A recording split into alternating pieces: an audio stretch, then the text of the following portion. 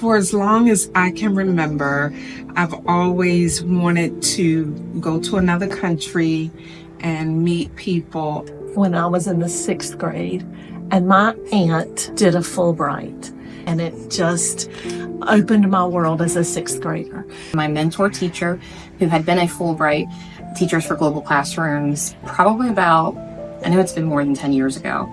She went to Morocco and she suggested it at some point. I didn't feel like I was ready for it initially, but after a couple of years, I was like, I'm going to try it. The Fulbright program combines two of my very favorite things on earth, and that's education and travel. And so when I saw this opportunity to combine two of my very favorite things, I knew I had to apply. I teach in a rural school in Wisconsin, and it's not very diverse at all. And so bringing anything extra from outside the world into them opens their minds. As an educator, I constantly seek inspiration from other teachers, and I love connecting to educators, and I love seeing my students connect with other students. The idea of going global and bringing that back into my classroom. I have a lot of students that have never left my city in order to expose them to cultures that are going to challenge them.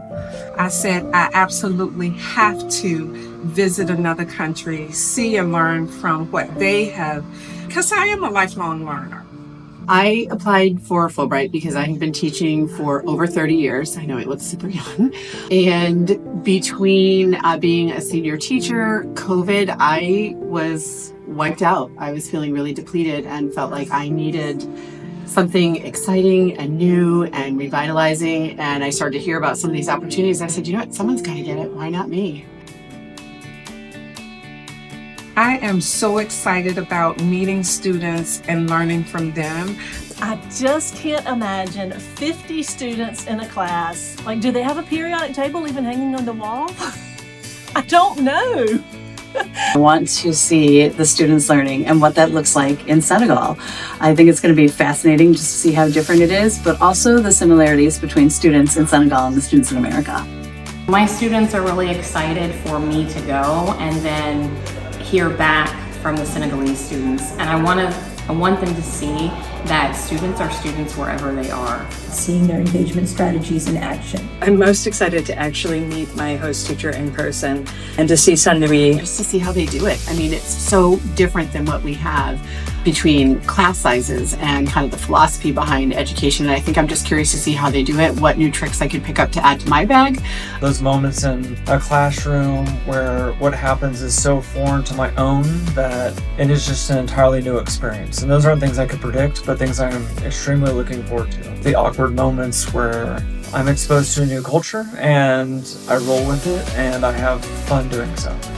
Going to a place that I would never normally have thought to go to.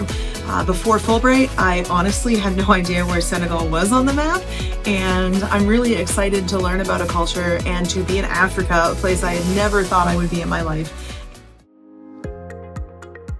I mean, the question really is like, when does a journey begin, right? So with this particular journey, it started with an application process in February. A rigorous application, and it made me reflect on my teaching. It made me reflect on my values. It made me reflect on how I collaborate with other people. I had to get people to write letters of recommendation for me.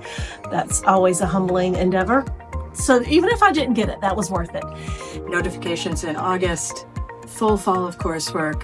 It was the best professional development I've had as a teacher thus far. In the Fulbright preparations, we had a 10-week course that opened our minds to different global education topics, such as the sustainability development goals, some of the different processes that we could use, thinking ideas, and it's really changed the way that I look at how I teach in my classroom. So our capstone project is going to be encompassing our entire process, which was both the class, the symposium, and of course the in-country section.